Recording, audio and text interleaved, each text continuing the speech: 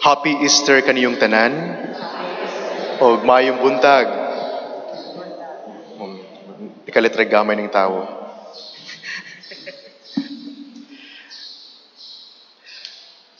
Dagang mga pangutana mga igsuon kabahin sa kamatuuran guide sa pagkabanhaw ni Jesus. Kay unang-una, bisan gani silang Maria Magdalena, Salome, nga mo'y una mga babae nga ni adto dito sa lubnganan kay nagdala sila og pahumot nga ilawntang ipahumot sa patay nga lawas ni Jesus. Pero ang ilang naabdan mga igsuon, wala na dito si Jesus. So meaning, wala kanila'y nakasaksi, kan agaw nakita nila nga dibangon gayud si Jesus gikan siya nga naghigda.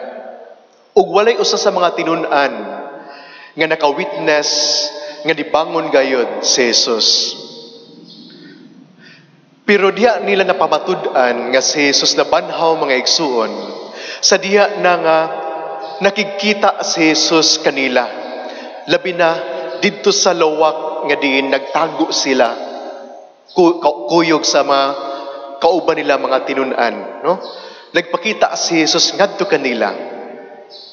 Sumo kato ang ilang unang kasinatian sa maong nabanhaw Jesus. So sa ito pa, ang ilarag yung kabahin rag sa pagkabanhaw, dili gay nila makita gadito, gawas nga ang lubnganan, wa na'y sulod, wala na si Jesus dito. Pero human adto nga event nga sa ilang pagkakita nga wa na gyud dito si Jesus, nakikita gayud si Jesus kanila. Ngadto gayud sa lawak, una sa tanaasa sila nagtago. Ug gawas ana, aduna pay daghan kay mga panghitabo nga nakikita si Jesus kanila. Human siya nga nabanhaw. Pero niyatong panahon na mga igsuon, daghan pong mga tao nga but musulay sa pangutana gayud kung unsa ka tinuod ang ilang kasinatian kung nabanhaw ba gayud si Jesus. Gani ang uban nga mga dili mo dawat sa mga pagkabanhaw ni Kristo nihimo og mga komentaryo nga kining mga tawhana nag-istorya og bakak or nag-imbento lamang og mga istorya nga nabanhaw si Jesus. Pero para kanato karon mga igsuon nga kining maong panghitabo ni kabat na og mga duol 2,000 na katuig. Mayuntang duol 2,000 katuig kay ang basihanan nato sa 2021 gikan magud sa pagkatao ni Kristo ug sanglit nahitabo kini ang kasakit ug kamatayon ug pagkabanhaw ni Kristo nagpangidad naman sa 33. So sa ato pa 2021 wala pa gyud ta niabot sa ika 2,000 katuig nga nahitabo kining iyang pagkabanhaw. So kita karon nga layo na kaayo kini nga panghitabo. Pero makapangutana kita mga igsuon, kung nangutana ang mga tao ang ubang mga tao, kung nangutana sila kabahin sa katinuod o sa katinuod ng pagkabanhaw ni Kristo, kita usab karon na po ng mga pangutana sa uban. Pero mao kini ang buhi nga prueba nga ang tanan nga gitaho or giistorya sa mga unang tinunan nga nakasaksi sa maong pagkakita nila gayud sa nabanhawng Kristo, sila mismo ang makapamatuod nini. Sa unsa ka paagi nga nagkapamatuod sila nini? Kanang ilang gipakamatian ang kamatuoran. Halos kanila mga igsuon, nagpakamatay sila sa pagbarog gayud sa kamatuoran. Bisan gitorture sila og maayo. For example lamang, si Pedro, gilansang si Pedro sa cross, nga gibalintong ang maong cross, no? So, imagine lamang mga igsoon kung si Kristo gilansang nga nagtindog, si Pedro gilansang nga nagbalintong ang maong cross. Grabe nga torture kanila. Ug dili lamang si Pedro, halos kanila nga mga unang tinunan, gitorture sila. Unya, wa ba sila gitorture nga sa usa lamang ka lugar, kundili sila tanan ug asa sila na-assign sa ilang pagsangyaw sa maayong balita, ug sa pagsangyaw may tungod sa pagkabanhaw ni Kristo, mga igsoon, gidawat nila ang maong violente nga pangitabo sa ilang kinabuhi. Ang tao, mga igsoon, nga nag-istorya og bakak, once gani nga gitorture ka, mutug-an na lamang kas tinuod. Ngano mang imong pagkamatyan ang bakak, dili ba? Pero consistent kaayo, mga igsoon, nga halos silang tanan gayon, ug dili lamang sila sa mga tao pa nga nakabig kanila, ilaging gipakamatyan ang kamatuuran nga nabanhaw si Kristo. Meaning, nag-istorya sila sa tinuod nga panghitabo. Nag-istorya ug nagsangyaw sila sa tinuod nga mga panghitabo. Tungod kay ilang gayong gitahan or ilang gitaya ang ilang kinabuhi sa pagbarog gayud sa maong kamatuuran. Ug hangtod karon, mga igsoon, ug subayon nato ang kasaysayan sa atong simbahan, nagpadayon ang Dios sa pagpadala og mga mensahe alang sa mga tao aning kalibutan nga nahibilin ug nagpanaw hangtod karon. Adunay mga pipila ka mga tao nga gipili sa Dios nga diin sila nakadungog gayon, no? Nakadungog sa mga mensahe nga adunay pagpamatuod nga ang Dios nabanhaw. For example, niini human sa mga unang mga tinun-an kato si Pablo, no? Nga ang unang pangalan niya mao si Saulo. Nga siya mismo nakakita gayud sa maong pananawon. Nakit-an niya si Jesus, ang Jesus nga nabanhaw, ang Jesus nga anaa sa himaya, nga nakig-istorya mismo kang Saul. Ug matud pas ni Jesus, Saulo, Saulo, nganong imo man akong gilutos? Nganong gilutos man nimo ang mga Kristiyano? Mga igsoon, niya nahigayon na si Pablo na usabang ikinabuhi o gipanganlan na siya ni Jesus o Pablo. Dili na siya Saulo kundi Pablo. So siya mismo, mga igsoon, siya mismo mo ay nakasaksi. Ulahin na siya pero mismong si Pablo nakasaksi usab nga nakakita siya kang Jesus, ang Jesus nga anaa na sa himaya. Og diha si Pablo nahimo nga mao'y banggiitan nga magwawali ug nagtudlo kanatong tanan kabahin sa kamatuuran nga si Jesus nabanhaw.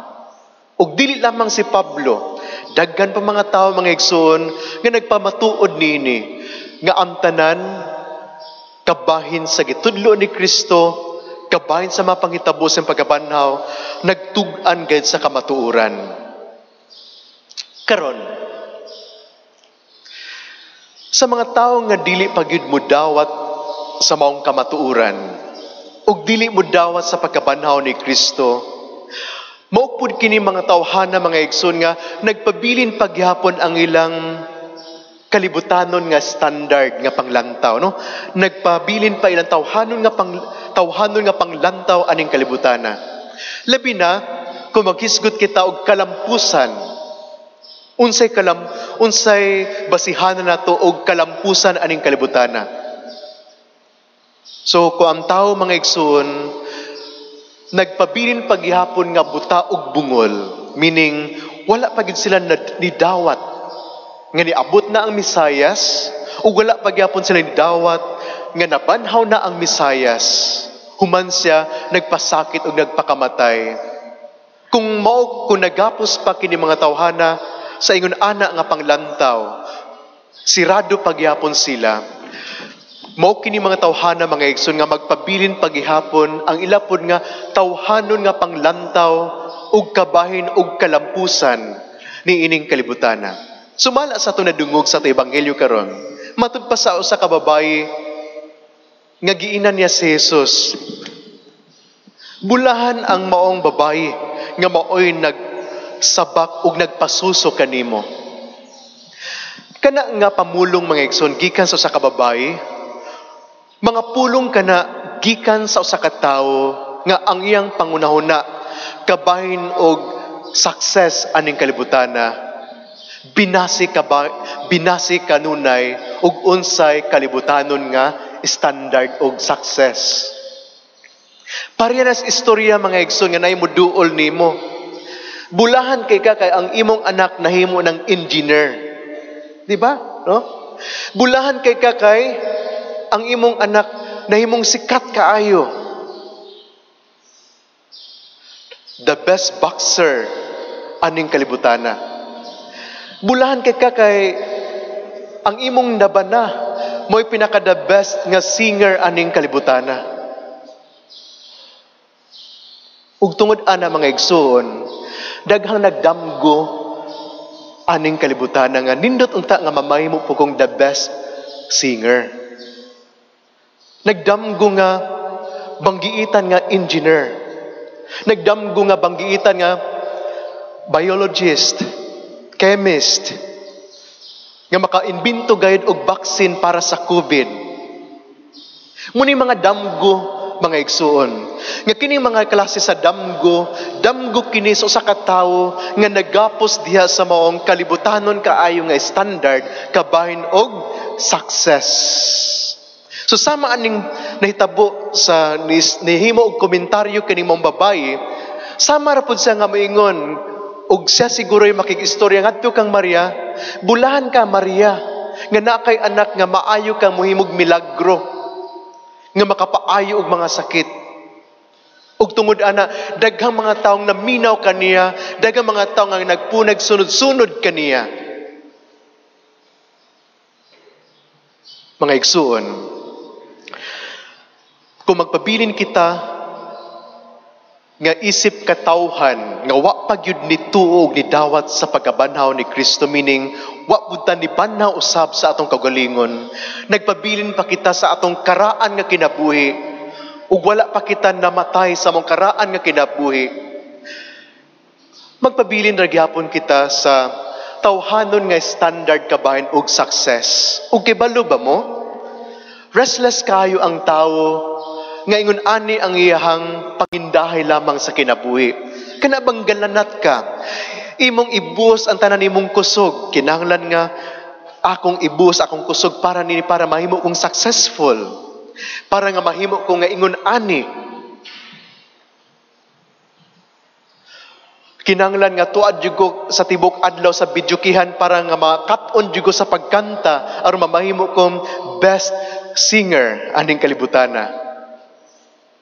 Kinahanglan mo adto ko dito para mo asinso jud ko, mga igsuon, sa tinuoy lamang wa biya pud ta did-i sa atong Ginoo nga mamahimo kita mo asenso.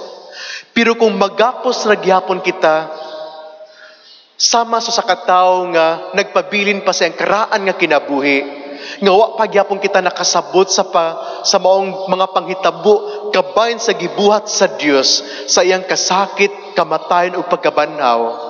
Mga igsuon, kaluoy kanato aning kalibutana. Mabaw ra kay ta og panglantaw kabahin og success. Muna mga igsuon, atong ablihan ang atong kaugalingon, atong ablihan atong mga mata karon. Ablihan nato ang atong mga mata nga makita nato ang kamatuoran. Nga ang tinuod nga success aning kalibutana sama sa giingon ni Jesus.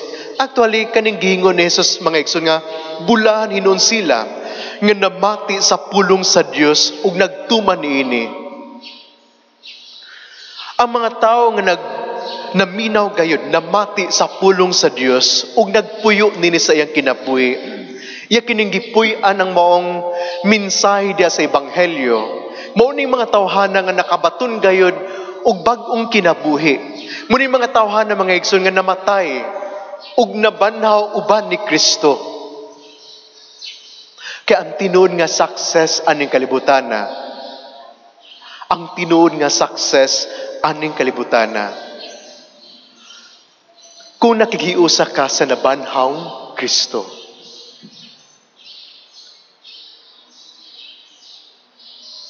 Sama nga ang atong amahan nakikiusa sa iyang anak nga si Jesus. Si Jesus sab nakikiusa sa iyang amahan. Ug tungod ana, nagbuhat si Jesus sa tanang mga butang ug nasibo usab kini subay sa kabubuton sa iyang amahan. Sa sama nga paagi, isip kita karon mga katawhan, sakop sa nahimo kitang bag-ong katawhan sa nabanhang Hesus, kita usab mga igsoon, ang ato untang nga basihanan kabahin og success aning kalibutana, nga nakikhiusa usab kita ngadto kang Hesus. Sa sama nga paagi, nakig-usa usab si Hesus uban kanato. Kana lamang nagpakatao siya uban kanato, meaning nakighiusa siya diri kanato. Og nagpakamatay og nabanhaw siya kay gusto usab siya dadon kitang tanan aron usab kita mahiusa usab ngadto sa Santissima Trinidad. Ug mao kana ang tinuod nga success. Maunsa na lamang mga igsoon nga maimo ang tanang kalibutan, meaning ang tibok kalibutan. Maunsa na lamang nga ang tanan nimong mga damgo nga kalibutanon natuman gid nimo, nakuha gid nimo. Pero kung wala kini niong pinakaimportante ka nga butang, ang tinuod nga bahandi, mao ang atong hingpit nga pakighiusa sa Dios, pinaagi sa nabanhaw ni Kristo. Mga igsoon, kung wala kini naabot, wa gyud pulos ang imong napundar. Wa gyud pulos ang imong pagkasikat aning kalibutana. Wa gyud pulos mga igsoon kung ikaw maoy pinakadato aning kalibutana.